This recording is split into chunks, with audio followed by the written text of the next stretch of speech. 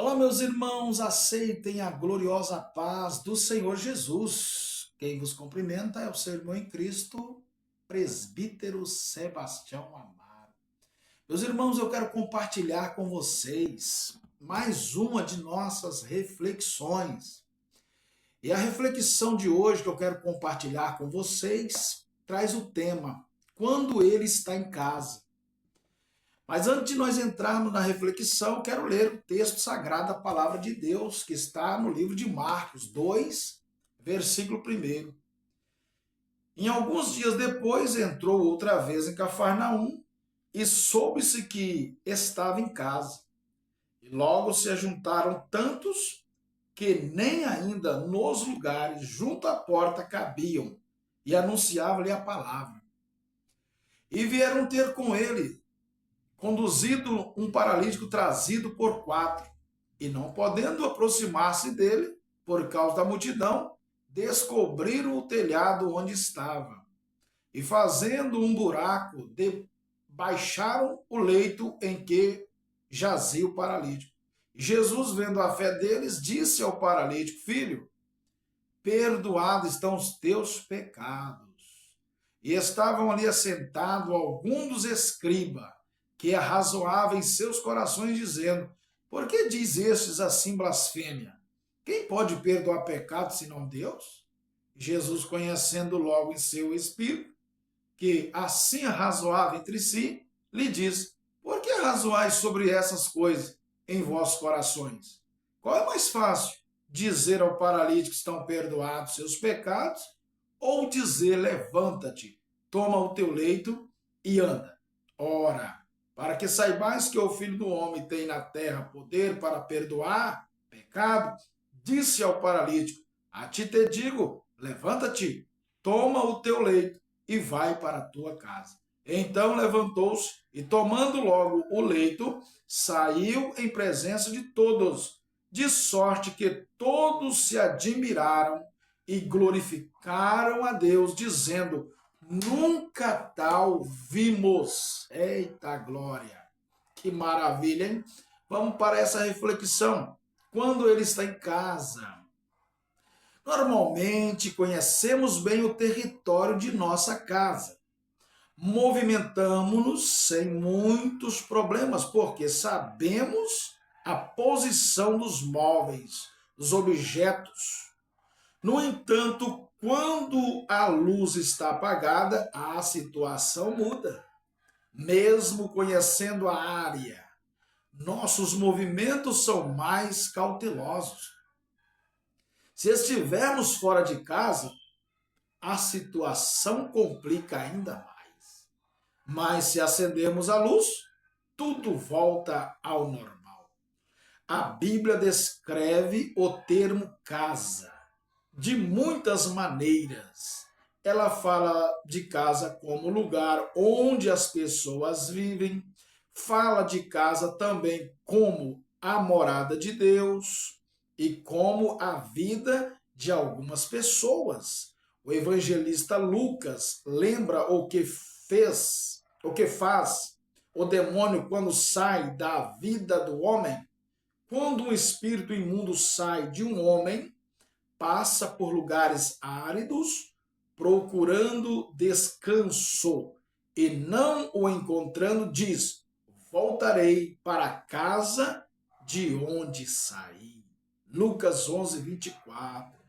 Com esses pensamentos em mente, vamos examinar o texto de Marcos e descobrir como melhorar o ambiente de nossos lares.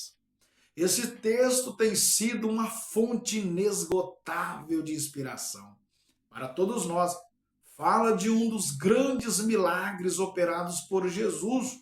Mostra como é importante a participação de outras pessoas motivadas pelo desejo de servir. Revela também o lado escuro que existe dentro dos outros. Os fariseus não se preocupavam com o sofrimento do paralítico. Estavam mais interessados em defender suas posições religiosas do que em socorrer os aflitos. Vamos examinar esse texto sob a perspectiva da presença de Jesus em nosso lar e descobrir o que ele pode fazer. Vamos então seguir por essa estrada e preparar o ambiente onde vivemos para que Jesus possa operar milagres. Vamos ler o primeiro versículo novamente. Poucos dias depois, tendo Jesus entrado novamente em Cafarnaum, o povo ouviu falar que ele estava em casa. Possivelmente, Jesus estava na casa de Pedro. Veja o texto de Marcos 1, 29. Logo que saíram da sinagoga, foram com Tiago e João à casa de Simão e André. O fato é que Jesus estava em casa. O que significa ter Jesus em nossa casa? Se eu perguntasse agora a você, Jesus está em sua casa? Sua resposta seria, claro. Mas se pudéssemos passar um tempo escondido lá, será que veríamos Jesus nela? Ouça, quando Jesus está presente, seja em nosso lar, em nossos corações, ou em nossa igreja, podemos nos mover com toda a liberdade, pois a Bíblia nos ensina que Jesus é luz. E quem anda com Jesus não anda em trevas. João 8,12. Vejamos o que acontece numa casa quando Jesus está presente. Em primeiro lugar, ela se torna um ponto de atração para as pessoas. Então muita gente se reúne ali, de forma que não havia lugar nem junto à porta. E ele lhe pregavam a palavra. Nós não sabemos como era a casa de Pedro. Certamente não era uma mansão com piscina, churrasqueira, campo de futebol e sauna.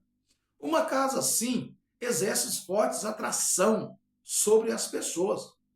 Alguém me disse, certa ocasião, você não precisa ter dinheiro, basta ter amigos ricos.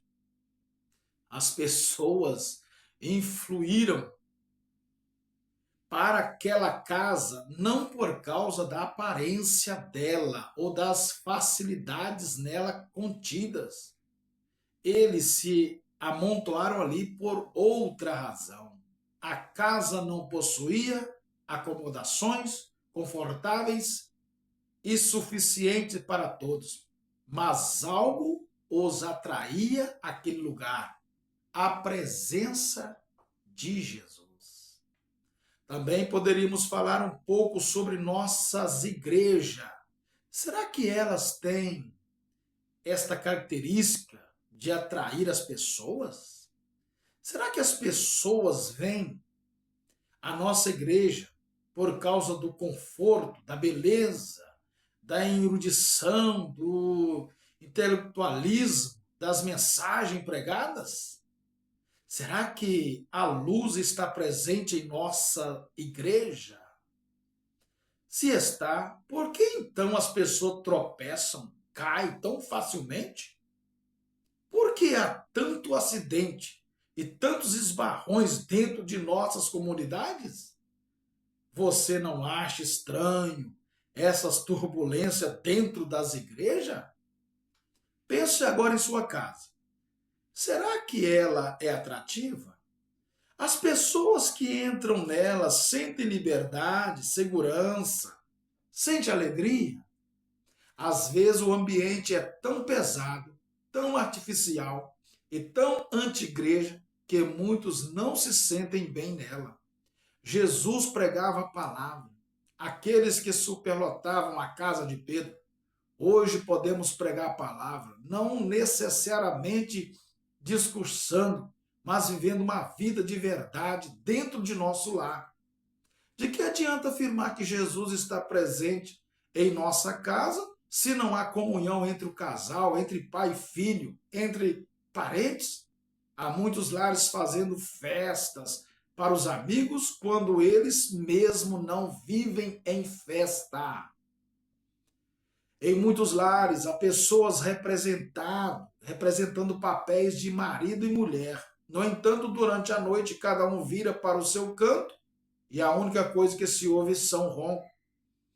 Quando Jesus está presente no lar, seu ambiente é de paz e de segurança.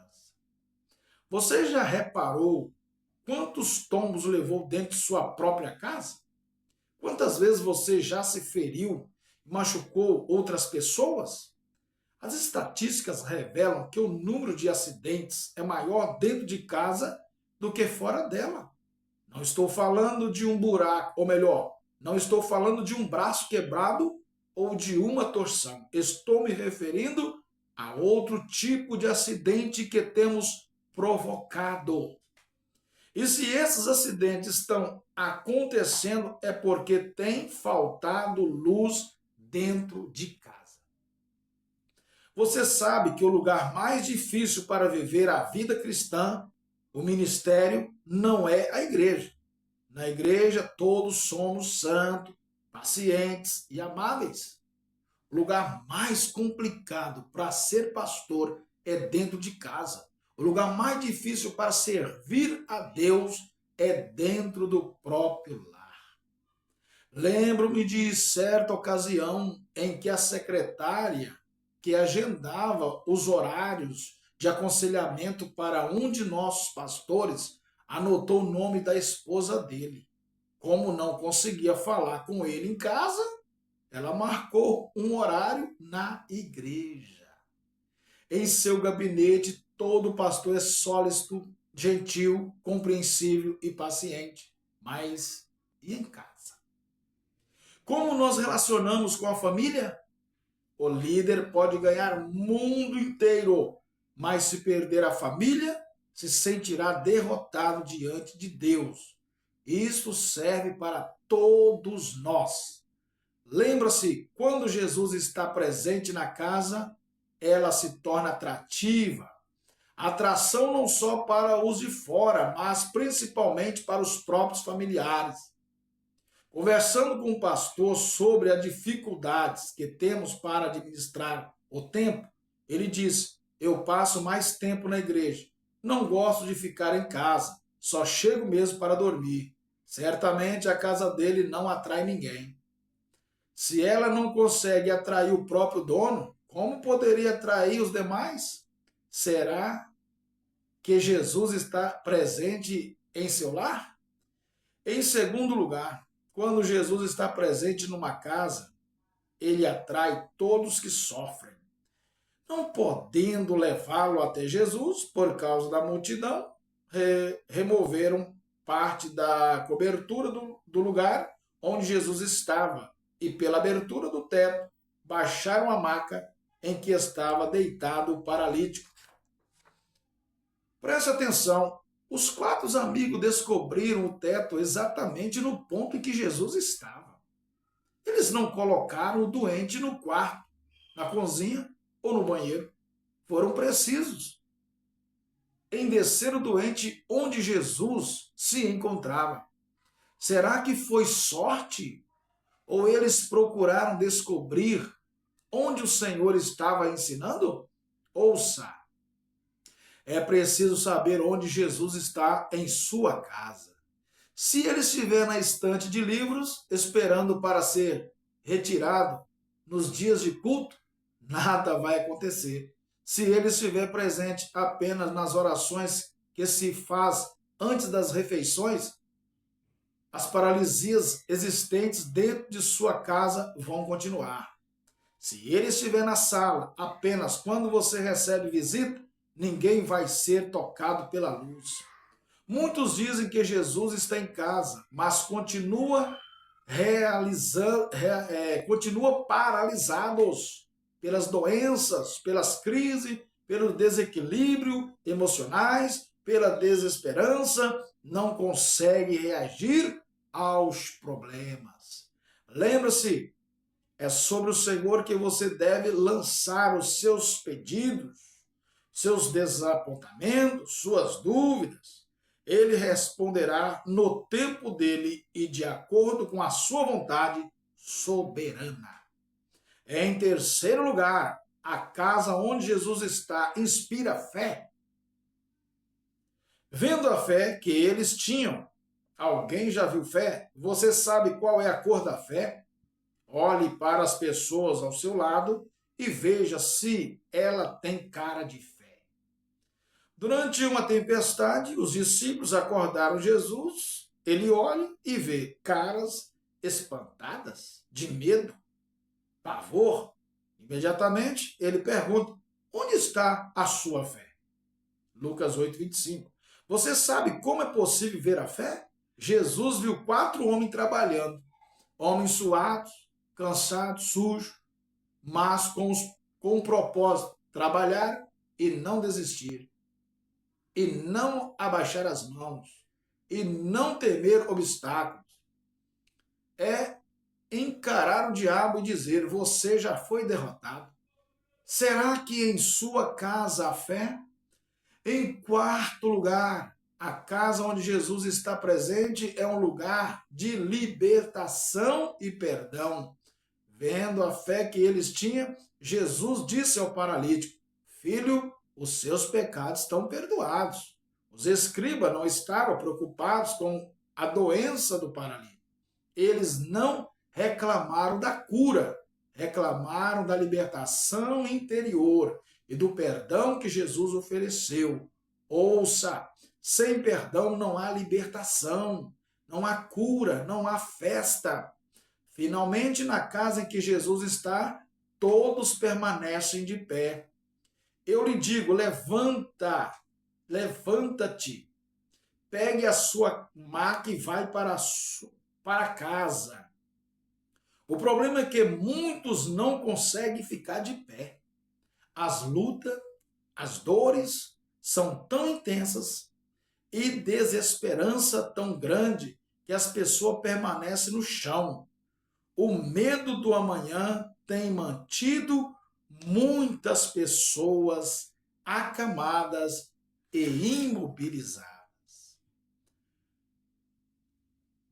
Também estamos vivendo um videotape. Nossas vitórias já foi decretada no céu. Sua derrota ou seu fracasso momentâneo não influirão no resultado final. Os teus olhos viram o meu embrião. Todos os dias determinados para mim foram escritos no teu livro, antes de qualquer deles existir. Salmo 139, versículo 16.